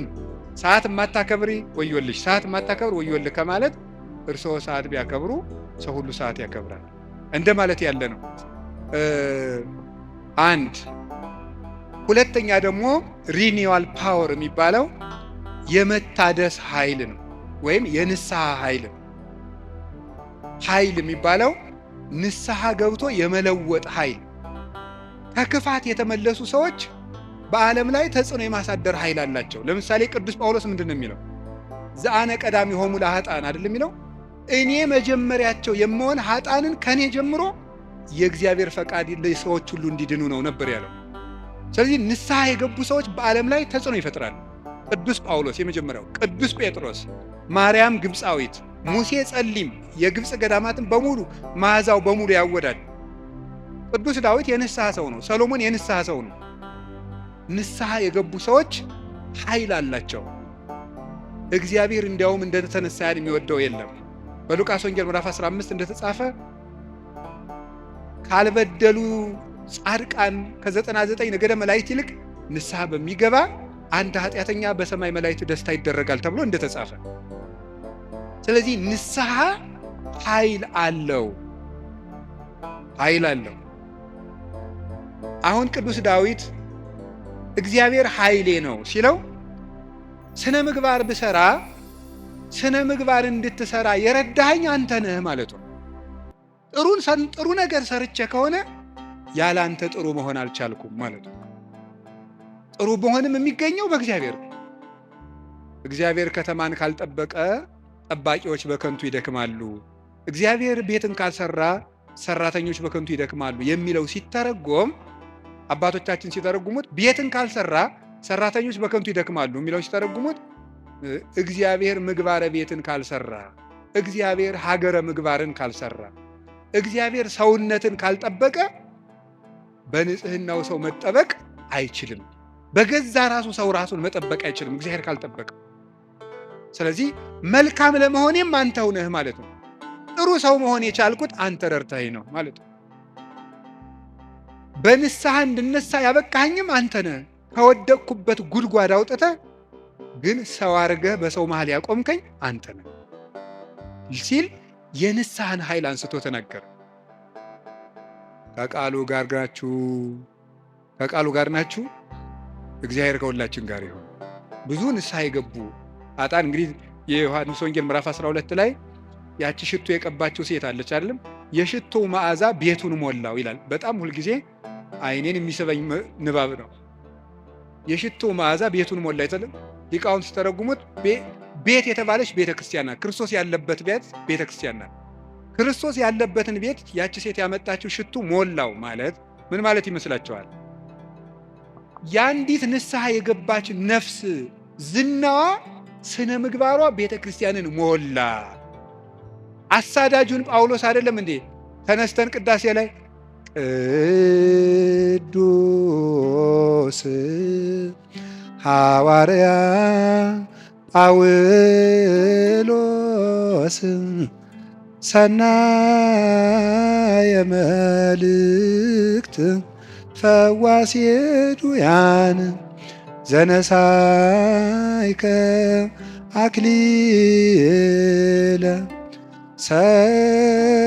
ሰአል ወጸሊ በእንቲአነ ያድኅን ነፍሳተነ በብዛ ሳህሉ ወምሕረቱ በእንተ ስሙ ቅዱስ የሚባለው እኮ አሳዳጁ ጳውሎስ ነው። የዚያች ሴት ሽቶ ቤቱን ሞላው ማለት ንስሐ የገባች ነፍስ መዓዛ ቤተ ክርስቲያንን ይሞላል። ተዘከረነ ሳይባል ቅዳሴ ተቀድሶ ያውቃል? ሰምታችኋል? ይቀደሳል ነው አትሰሙ? ተዘከረነ ሳይባል ቅዳሴ ያልቃል?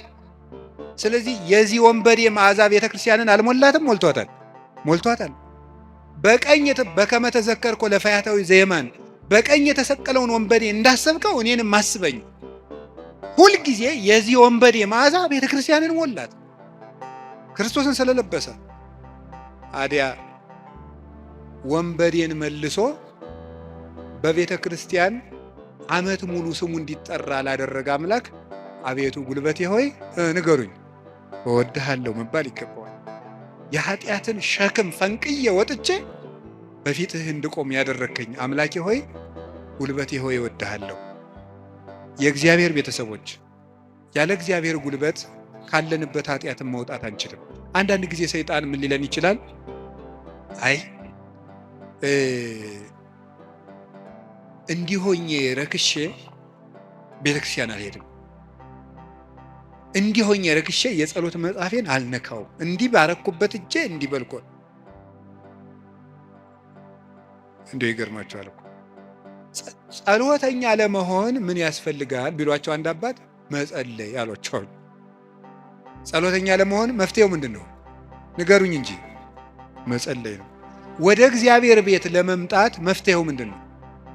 ወደ እግዚአብሔር ቤት መምጣት በሉ እንጂ ንገሩኝ እንጂ ወደ እግዚአብሔር ቤት ለመምጣት መፍትሄው ምንድን ነው? ጥሩ ሰው ለመሆን መፍትሄው ምንድን ነው? ከነ ክፋታችን መምጣት። ምክንያቱሳ የዮሐንስ ወንጌል ምዕራፍ 7 ላይ ጌታ ምን ብሎ ነግሮና እኔ ውሃ ነኝ። እስኪ ውሃ በሉ። የተጠማ ቢኖር ወደ እኔ ይምጣ ሲል እኔ ምንድን ነኝ ማለቱ ነው። ስለዚህ ወደ ወንዝ የሚሄድ ንጹህ ሰው ነው ያደፈ ሰው ነው? ንገሩኝ።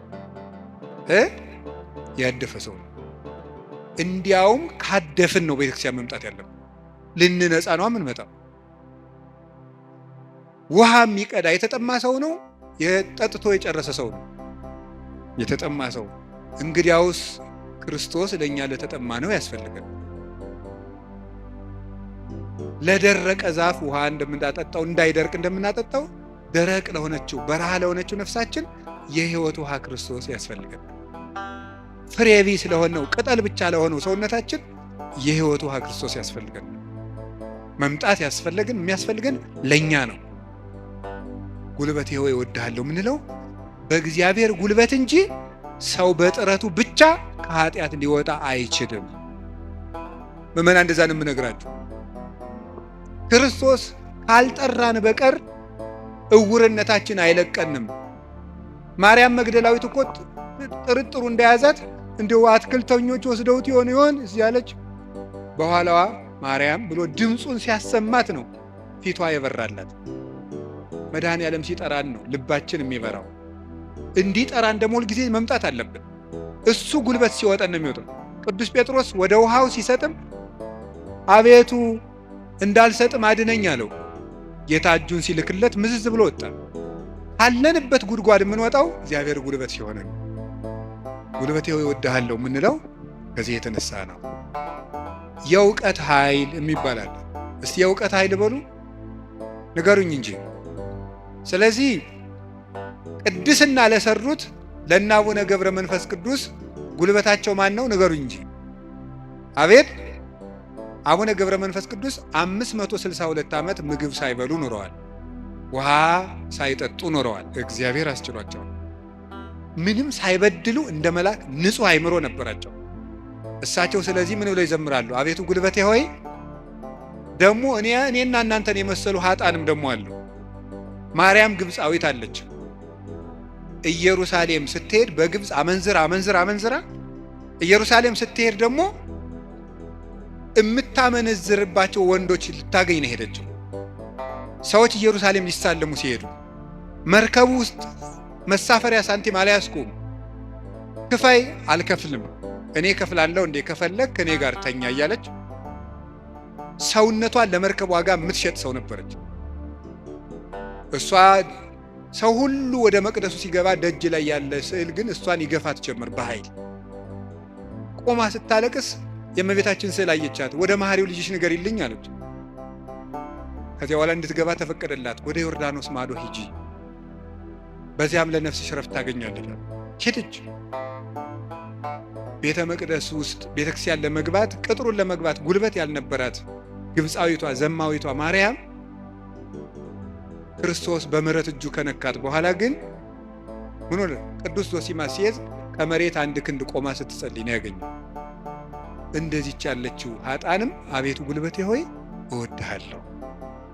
አገርህን ከማሸነፍ ልማድን ማሸነፍ ይበልጣል። ክፋትን ቆርጦ መጣል ከባድ ነው። ሰንሰለትስ ወይ ቆርጠው ይጥሉታል፣ ወይ ፈልቅቀው ይጥሉታል፣ ወይም ደግሞ ያሰሩ ሰዎች ተመልሰው በሌላ ቀን ይፈቱታል። የኃጢአት ሰንሰለትን ግን እግዚአብሔር ካረዳን መፍታት አይቻልም። እና ለዚህ ነው ቅዱስ ዳዊት ጉልበቴ ሆይ እወድሃለሁ ያለው። ለንስሐም ጉልበታችን እግዚአብሔር ነው፣ ለንጽህናም ጉልበታችን እግዚአብሔር ነው፣ ለእውቀትም ጉልበት እግዚአብሔር ነው። የእውቀት ኃይል የሚባለው እሱ ነው። እውቀት ባዶውን ሲነገር ኃይል የለውም። አንዳንድ ጊዜ ይህንን እኔም አስባለሁ። እውነት ለመናገር መቼስ ተያይዘን ከምንጠፋ አንዳችን ተናጋሪ አንዳችን ሰሚያን እንተጋገዝ ተብሎ ነው እንጂ እውነት ለመናገር እኔን የመሰለ ሰው እዚህ ቆሞ መስበክ አልነበረበትም።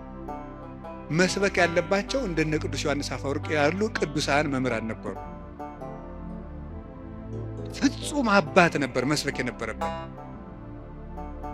ቅዱስ ባስልዮስ ዘቂሳርያ ሲያስተምር አንደበቱ የሚወጣው የእግዚአብሔር ቃል እንደ እሳት ላንቃ እየተቆረጠ በምዕመናን ትከሻ ላይ ሲያርፍ ይታይ ነበር። ቃሉ ከመነገሩ የሰሚዎቹ መለወጥ ይቀድማል። ይሄ የእውቀት ኃይል ነው።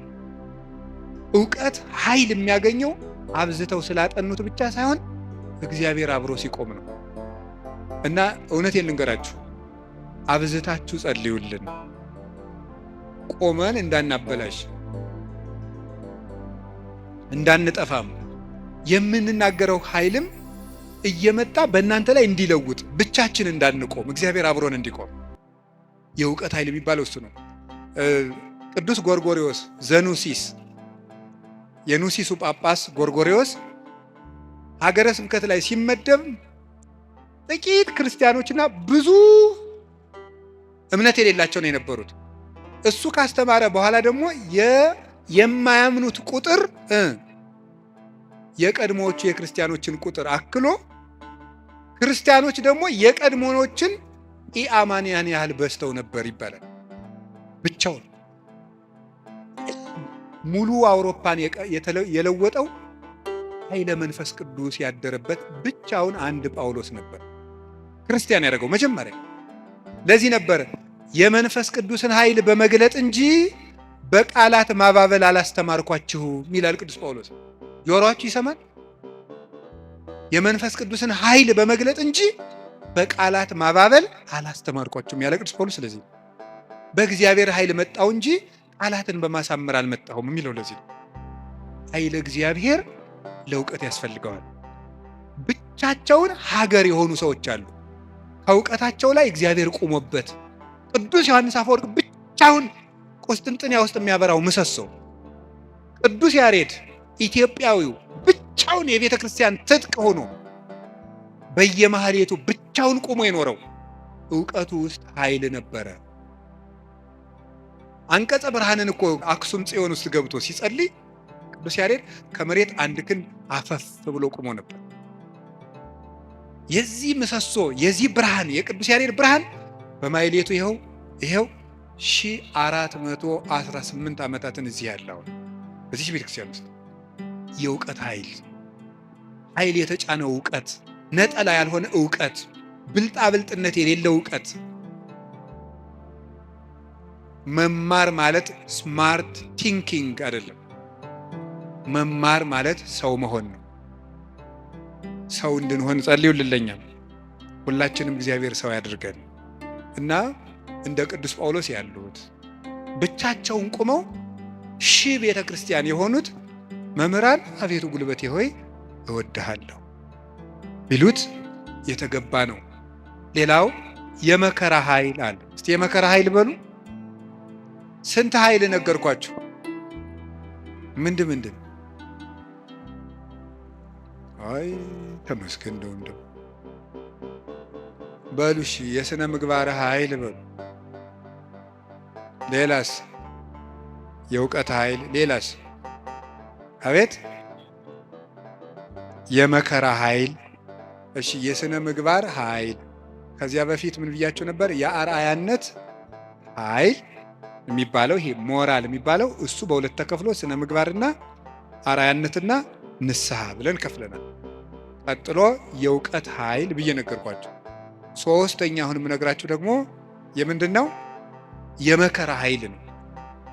የመከራ ኃይል የሚባለው ጉልበቴ ሆይ እወድሃለሁ ያለው አሁን ቅዱስ ዳዊት አሸንፏል። ዘመኑን በሙሉ ጠላቶችን አሸንፏል። ያሸነፈ ግን በውጊያ ሳይሆን በምንድን ነው? በመከራ ነው ያሸነፈ። ይገርማቸዋል። በመከራ ማሸነፍ ከዚህ ዓለም ሎጂክ የራቀ ነው።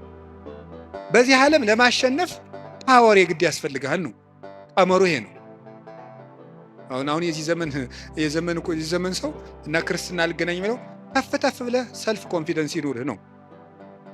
በክርስትና ደግሞ ተፍ ብለህ ትሁቱን ነው። ስለዚህ ነገሩ ወዲያና ወዲህ ቷችኋል አይደለም? ትሁት የሆነ ከፍ ይላል ነው። አሁን ደግሞ ራስህን ከፍ አድርግ፣ አትጣል ነው። እንደዚህ ነው። ማስታወቂያ ስራ፣ ገንባ፣ ራስህን አስታውቅ በደንብ። እንደዚህ ነው። የፈለግከውን ነገር ስራ፣ ስለማንም አትጨነቅ፣ ግድ አይኑርህ። እንደዚህ አይነት ነገር ነው የሚሰበከን። እንደሱ የሚባል ነገር የለም። እንደውም የሚባለውም 100% ኮንፊደንስ ኔጌቲቭ ኮንፊደንስ ነው ይባላል። ስለዚህ ተገቢ አይደለም። ምንድን ነው ታዲያ? እኛም መከራ ማሸነፍ ነው የሚባለው። ቅዱስ ዳዊት ለምሳሌ እንዲህ ያደረገ፣ ሳኦል እያሳደደው ሄደ። ቅዱስ ዳዊት ዋሻ ውስጥ ተጠጋ። ሳኦል ዳዊትን ፈልጎ ተኛ እና አበኔር ይባላል የሳኦል የጦር አበጋዝ ከሳኦል ከጨርቁ ጫፍ ቆረጥ አድርጎ ዳዊት ወስዶ አለፍ ብሎ አበኔር አንተ የውሻ ሬሳ አይመስልክ ጌታህን እንዲያርገን የምትጠብቀው አለው። ተኝቶ ነበር ያም ማለት። ግን የቅዱስ ዳዊት ጋሻ ጃግሬዎች አረ ዛሬ እግዚአብሔር ጠላትህን በእጅህ አሳልፎ ሰጥቶልሃል እንበለው አሉት። እናንተ እኔ ከእናንተ ጋር ምን አለኝ? እግዚአብሔር በቀባው ላይ እጄን አላነሳም። እና አባቶቻችን እንዲያውም ትልቅ መከራ ሊገል የመጣ ጠላትን እጅ ላይ ጥሎ ምሮ መስደድ ነው ይላሉ። ይሄ እኮ የልብ መከራ ነው። እናንተ አሁን ታደርጉታላችሁ? አሁን እኔ ለምሳሌ ዱላ ይዤስ እያባረርኳቸው ቤታችሁ ብመጣና ኋላ አጥቻችሁ እኔን ድንገት እንቅልፍ ቢጥለኝ ተነስታችሁ እንዴት ነው የምታረጉት?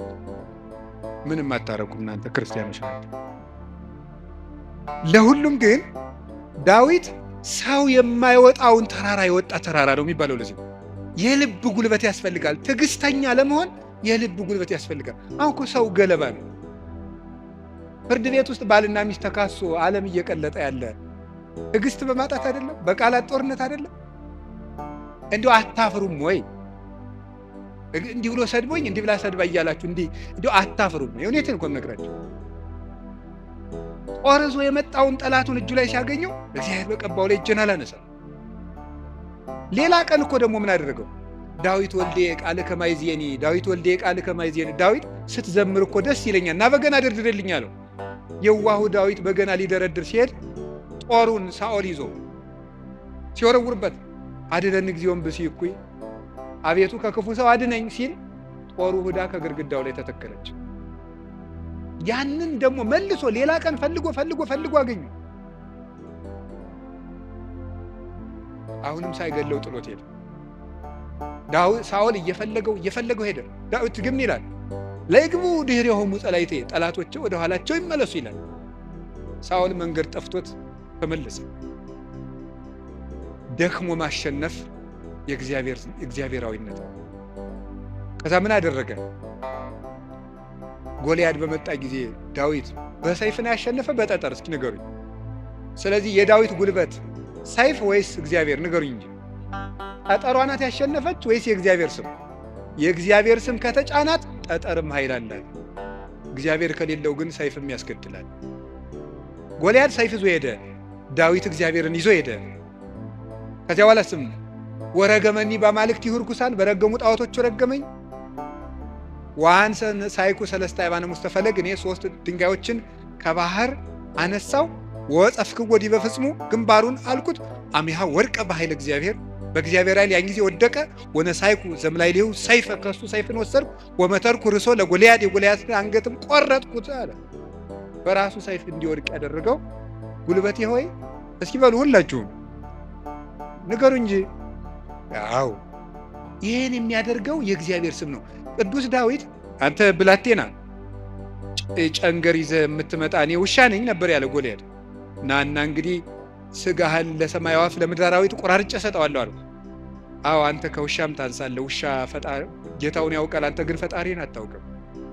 አንተ በሰይፍ ትመጣለህ፣ እኔ ግን አንተ በምትገዳደረው በእስራኤል አምላክ ስም እመጣለሁ።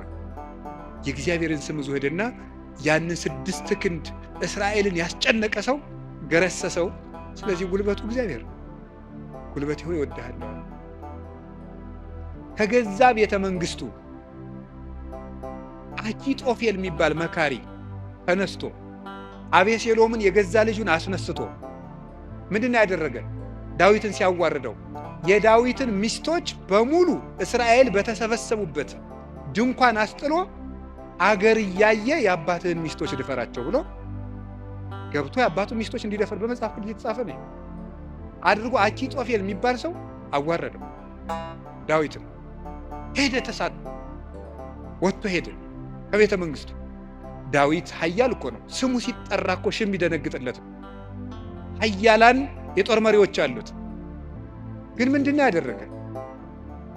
እግዚኦ ሚበዙ ለይሳቅዩ ብዙሃን ቆሙ ላይ ሊ ብዙሃን ይቤልዋ ለነፍሴ እያድህነኪ አምላክኪ አንተስ እግዚኦ ምስካዬ አንተ።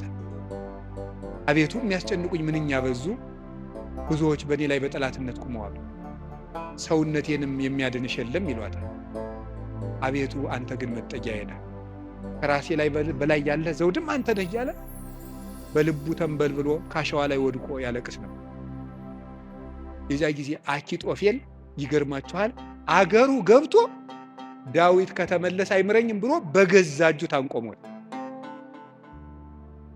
ዳዊት አኪጦፌል እንዲህ ብሎ ሲመክር ማዶ ላይ ደግሞ በመጽሐፈ ሳሙኤል እንደተጻፈው ማዶ ሄዶ ዮርዳኖስን ሸገር ብሎ በቀትር እግዚኦ እልዋ ለምክረ አኪጦፌል፣ አቤቱ ጌታዬ የአኪጦፌልን ምክር አፍርስበት ይላል። በዳዊት ሞት እየተመከረ ዳዊት ምን ያደርጋል? አቤቱ የአኪጦፌልን ምክር አፍርስበት ይላል። የመከረበትን ሰውዬ ሄዶ እንዳያስረው ተሰዷል። ጉልበት የለውም ዳዊት፣ ሰራዊት አልቆበታል። ስለዚህ ምን አደረገ? አንድ ጉልበት አለው፣ እግዚአብሔር ነዋ። የአኪጦፌልን ምክር አፍርስበታል። አኪጦፌል ምን አደረገ? መላው አእላፈ እስራኤል ሰብስብ፣ የዳዊትን ሚስቶች በአደባባይ አስነውራቸው። የዚያን ጊዜ ዳዊት እንደተዋረደ ቀን እንደጣለው የእስራኤል ሰዎች ያውቃሉ። ያን ጊዜ ዳዊትን ተከትለን ሄደን እንግደለዋል፣ የአባትህን አንገትም ቆርጬ አመጣልሃለሁ ብሎ መከረ። እንዲህ ብሎ ሲመክር ዳዊት ምን አለ? አቤቱ የአኪጦፌልን ምክር አፈርስበት ሲል ምን አለ መሰላችሁ? እግዚአብሔር በጠላቱ በአቤሴሎም ላይ የምክር ጥርጥር አሳደረ። አይ የአንድ ሰው ምክር አይመቃም፣ ሌላ ሰው ምክርን ጨምር የተባለ አለና የዳዊት የቀድሞ አማካሪ የነበረ ኩሲ የሚባል ሰው ነበረ። ሽማግሌውን ኩሲንም እስኪ እንጠይቀዋል። ኩሲ እንደምን አለ? ደህና ነኝ። ምን ነው ቀድሞ ስታማክረው የነበረው ዳዊት ሲሰደድ እዚህ ቀረ? እኔ ምንጊዜ የማማክር እግዚአብሔር የቀባውን አለው። ውስጡ ቅኔ ነው። ቅኔው ምንድን ነው? አሁንም እኮ የማን አማካሪ ነኝ እያለው ነው። አንተንማ እግዚአብሔር አልቀባም እያለው ነው። አሁንም የእሱ ነኝ እያለው ነው። ለእሱ ግን የመሰለው ምን እያለው ነው? አንተን ከሾመ ያንተ አማካሪ ሆናለሁ እያለው መስሎታል። እሳ ምን አደረገው? አኪጦፌል ምን ብሎ መከረ? አኪጦፌል እንዲህ ብሎ መክሯል። አንተ ምን ትላለህ? አኪጦፌል ቶሎ ብለን ዳዊትን እንግደለው አለ። አንተሳ ምን ትላለህ አለው። ዳዊት ምን እያለ ነው? አቤቱ የአኪጦፌልን ምክር ተናገሩ እንጂ አፍርስበት በሉ እንጂ እያለ ያለቅሳል። ኩሲ መጣና ምን አደረገ? ይቺ ምክር አንዲት ናት፣ አንድ ምክርማ አይረባም፣ ከገሌ ምክር የገሌ ምክር ይሻላል ተብሎ የቤተ መንግስት ምክር የአንዱ ምክር ተመርጦ ነው እንጂ የአንድ ሰው ምክርማ አይረባም። ስለዚህ ምክር ይመከር፣ ቆይ ውለን እንደር። አባትህ ዳዊትን ታውቀዋለህ፣ ኃያል ነው። እነ አበጋዞቹ እነ ኢዮአብም ኃያላን ናቸው። አሁን ሂደን ይፍጀን እንዴ? ነገር ግን መላው አእላፈ እስራኤል ገና ይሰብሰቡ፣ ምክርም አበርክተን እንምከር።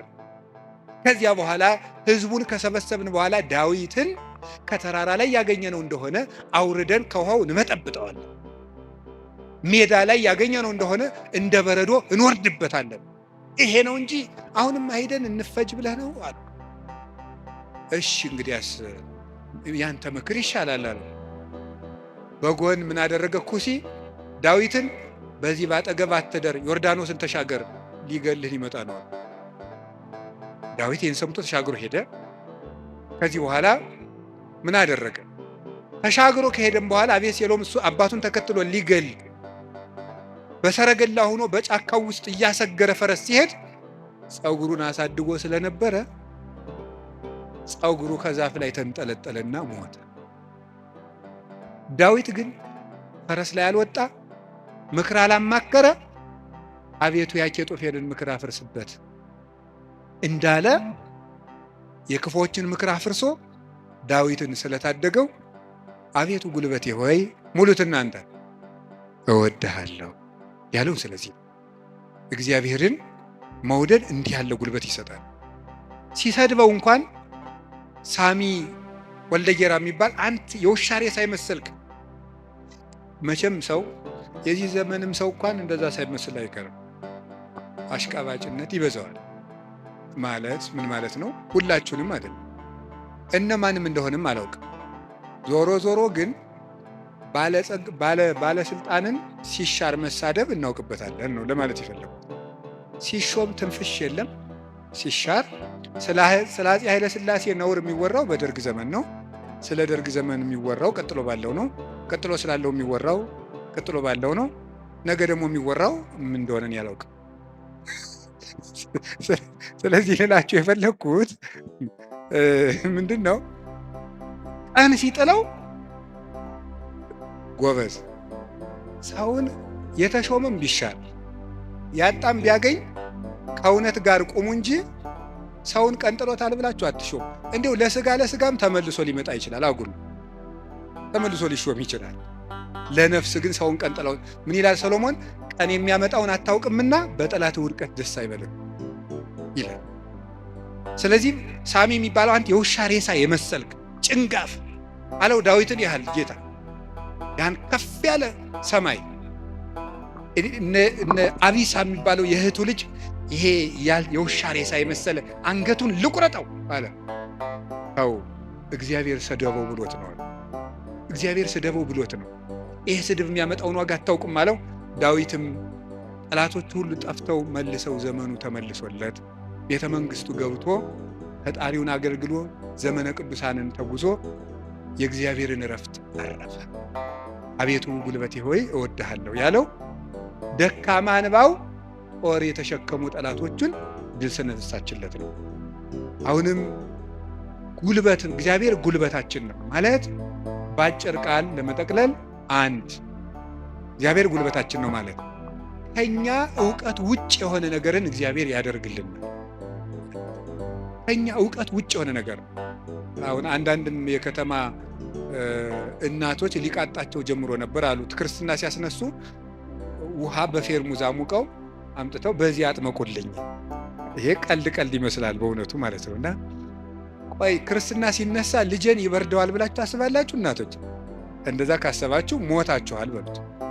ሰውም አይደላችሁ። ክርስቶስን እየለበሰ እኮ ነው። እንዴት ይበርደዋል?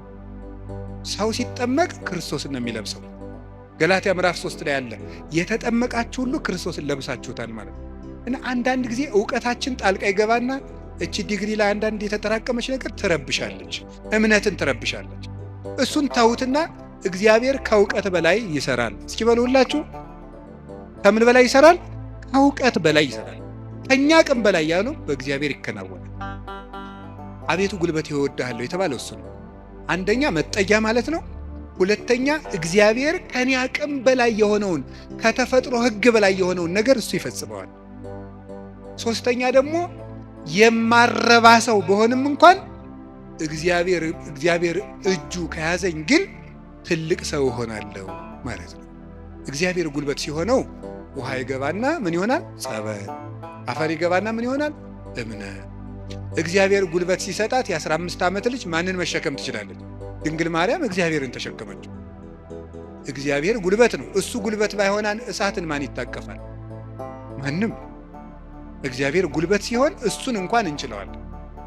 ስለዚህ የእግዚአብሔር ቤተሰቦች በእግዚአብሔር በርቱ፣ እግዚአብሔርን ጉልበት አድርጉት። ሁላችንም በእግዚአብሔር እንመካ። ሁልጊዜ ጸልዩ። አንድ ነገር ብቻ ልናገር፣ ወደ እግዚአብሔር ለመሄድ ከየት ልጀምር ካላችሁኝ ጸልዩ። መንፈሳዊ ሕይወት ከየት ዛሬ ምናልባት ዛሬ ብቻ ቃለ እግዚአብሔር የምትሰሙ ሰዎችም ትኖራላችሁ። ዛሬ ድንገት የመጣ መጥቶ የማያውቅም ሊኖር ይችላል። መንፈሳዊ ሕይወት ከየት እንደምጀምር ግራ ገብቶኛል ካላችሁ መንፈሳዊ ሕይወት መጽሐፍ ቅዱስ ሂድና አጥኑ ወይም እንደዚህ አድርጉ ወይም እንደዚህ አይደለም። መንፈሳዊ ሕይወት መጀመሪያ ከጸሎት ጀምሩ። በቃ ሌላ መጀመሪያ አባታችን ሆይ በቃ እሱም በሉ። ከዛ ቤተ ክርስቲያን ውስጥ ተሳተፉ፣ አስቀድሱ። ከዚያ በኋላ መጽሐፍ ቅዱስን በደንብ ተማሩ። እነዚህ ሶስቱ ሁልጊዜ የቤት ስራ እሰጣችኋለሁ፣ እኔም እናንተም ታደርጉታላችሁ። አሁን ዛሬ መልሼ ልሰጣችሁ። ከዚህ በኋላ በሄድኩበት ሁሉ እናገራለሁ፣ ሰው ቢሰለችም ባይሰለችም። እንደ ከርቤ እስከምትመር ድረስ ተናገር ብሏል አንድ የቤተ ክርስቲያን አባት።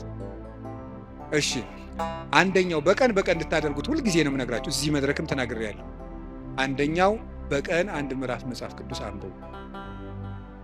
ሁለተኛው በቀን ቤተ ክርስቲያን ሳትገቡ አትዋሉ። እንዲያውም ከዛሬ በኋላ በሰበኩበት ሁሉ ለመናገር ነው ቃል የምገባው እግዚአብሔር ቢረዳኝ። እነዚህን 5 ነገሮች ሰው እስኪያደርጋቸው ድረስ ከቻልኩ እስከምሞት እናገራለሁ። እናንተም በጸሎት ካሰባችሁ እና ካስጨረሰኝ። ስለዚህ የመጀመሪያው አንድ ምዕራፍ መጽሐፍ ቅዱስ በቀን አንብቡ። ሁለተኛው ቤተ ክርስቲያን ሳትገቡ አትዋሉ። በቀን መግባት የማያስችል ተፈጥሯዊ ግዳጅ ከገጠማችሁ ደጅ ላይ ቆማችሁ ሄዱ። ሶስተኛው በሳምንት አንድ ቀን ቢያንስ አስቀድሱ። ውስጥ ገብታችሁ በሳምንት አንድ ቀን ቢያንስ ማለት ነው። አራተኛው ንስሐ ግቡ። ንስሐ እንዲያውም ምንድን ነው የምትባለው? ሌላኛይቱ ከእግዚአብሔር የተሰጠችን ልደት ናት ነው የሚባለው። አንድ ልደት ከእናት አባት ተወልደናል። ሌላ ልደት ደግሞ በጥምቀት እንደገና እሷ ስትደበዝዝ ደግሞ እግዚአብሔር በንስሐ ልደትን ሰጠ። አዳም ከሔዋን እሱን የመሰለ ልጅ እንደወለደ ይላል አረጋዊ መንፈሳዊ የተባለ ሊቅ። አዳም ሔዋን ከምትባል ሚስቱ እሱን የመሰለ ልጅ እንደወለደ ክርስቶስ ከንስሐ ማኅፀን እሱን የመሰሉ ልጆችን ይወልዳል ይላል። ደስ አይላችሁም? አዎ። እዚያ ንስሐ ማኅፀን ውስጥ ገብተን እንደገና ክርስቶስን የመምሰል አባታችን እግዚአብሔርን የመምሰል እድል አለን። እሱ የመንፈስ ቅዱስ ጉልበት ስለሆነ ነው አቤቱ ጉልበቴ ሆይ እወድሃለሁ እንድንል የፈለግኩት። ንስሐ ግቡ። የመጨረሻው ጸልዩ። ሳትጸልዩ አትብሉ። ሳትጸልዩ እቤት አትውጡ። ብትችሉ ስግደት ስገዱ። ጥቂት ስገዱ። ትንሽ ከቻላችሁ 41 ካቃታችሁ 21 ካቃታችሁ 7 ካልሆነም 3። ይኸውላችሁ እኛ ለእግዚአብሔር ስንሰግድ ሰይጣን ከኛ እግር ይወድቃል። ሰው ለእግዚአብሔር ሲንበረከክ የሚያንበረክኩት ከእሱ ስር ይንበረከካል።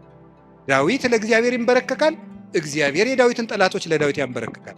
ቀመሩ ይሄ ነው።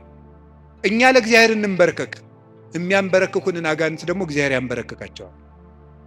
ሰው ለእግዚአብሔር ሲንበረከክ ትልቅ ነገር ነው። ስለዚህ ጥቂት ስግደት በቀን ስገዱ። ጸልዩ። ጸሎት አታቋርጡ። ለጸሎታችሁ ደግሞ ቀመር አታብጁለት። ማለት ምን ማለት ነው? ዛሬ ንጹህ ነኝ ልጸልይ፣ ዛሬ ረክሻለሁ አልጸልይም። በቃ ሁልጊዜ ዝም ብላችሁ ጸልዩ። ሁልጊዜ ጸልዩ። ይህን ያደረግን እንደሆነ እግዚአብሔር ጉልበት ይሆነናል ልላችሁ ፈልጌ ነው። መድኃኔዓለም ለሁላችንም ጉልበት ይሁነን። የትንሣኤውን ብርሃን ለሀገራችን ያብራልን። የጨለመብንን ነገር ሁሉ በትንሣኤው ብርሃን ያርቅልን። ለተጨነቁ ሁሉ መድኃኔዓለም ሰላምን ይስጥልን። አቤቱ ጉልበቴ ሆይ እወድሃለሁ። ወስብሐት ለእግዚአብሔር።